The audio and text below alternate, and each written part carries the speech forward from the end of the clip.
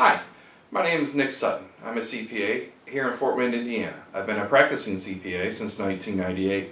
I'm also the co-founder of Tax Matters Solutions, a tax resolution company. Today I'd like to talk to you about the issue of barter. And I think first we need to go over what is barter. Barter is the trading of one product or service for another. Usually there are no exchanges of cash. Barter may take place in an informal one-on-one relationship, or it can take place through a third-party basis through the use of a barter exchange company. A barter exchange is a person or organization with members or clients that contracted with one another or with another barter exchange to jointly trade or barter property or services. Unlike one-on-one bartering, members of exchanges are not obligated to barter or purchase directly from a seller. Instead, when a barter exchange member sells a product or a service to another member, their barter account is credited for the fair market value of the sale. When a barter exchange member buys, their account is debited for the fair market value of the product or service in which they bought. Barter exchanges have their own unit of exchange, usually known as barter or trade dollars. Trade dollars or barter dollars are valued in U.S. currency for the purposes of informational return. Trade dollars also barter to take place between parties when one party may not have a simultaneous need or desire for goods or services of the other members. Barter exchange act as bookkeepers for keeping track of trade dollars that participants accumulate and spend. Earning trade or barter dollars is a taxable event. It is the same as if you were to sell your product or service for cash. So now that we understand what barter is and the use of barter exchanges, let's go over some strategies in which can help facilitate you replacing cash expenses. With that being the first one, the whole purpose of bartering is to replace something that you once had to pay for cash.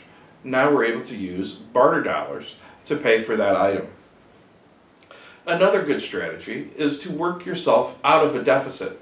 So in other words, when you're in this barter exchange, they will usually have a line of credit or give you credit, allow you to have a deficit. In other words, you owe them products or services in exchange for it.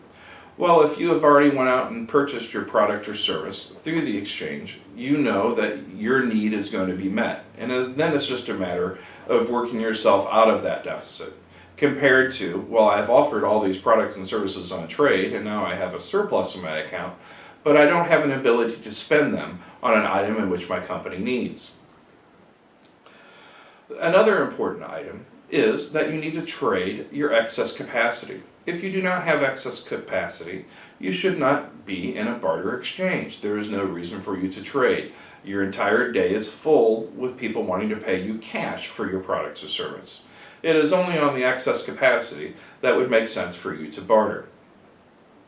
Another important fact is that barter exchanges are not insured. They are not FDIC insured like you would find with your savings account at the bank. So in other words, if the barter exchange would fail, whatever value you had in that barter exchange would be gone. And another important fact is that barter is a little more complicated than doing a straight cash transaction. The negotiability of the trade dollars can be complicated. It is unlike cash, where cash you just peel off, you're done. Barter, it takes more planning, more thought is involved.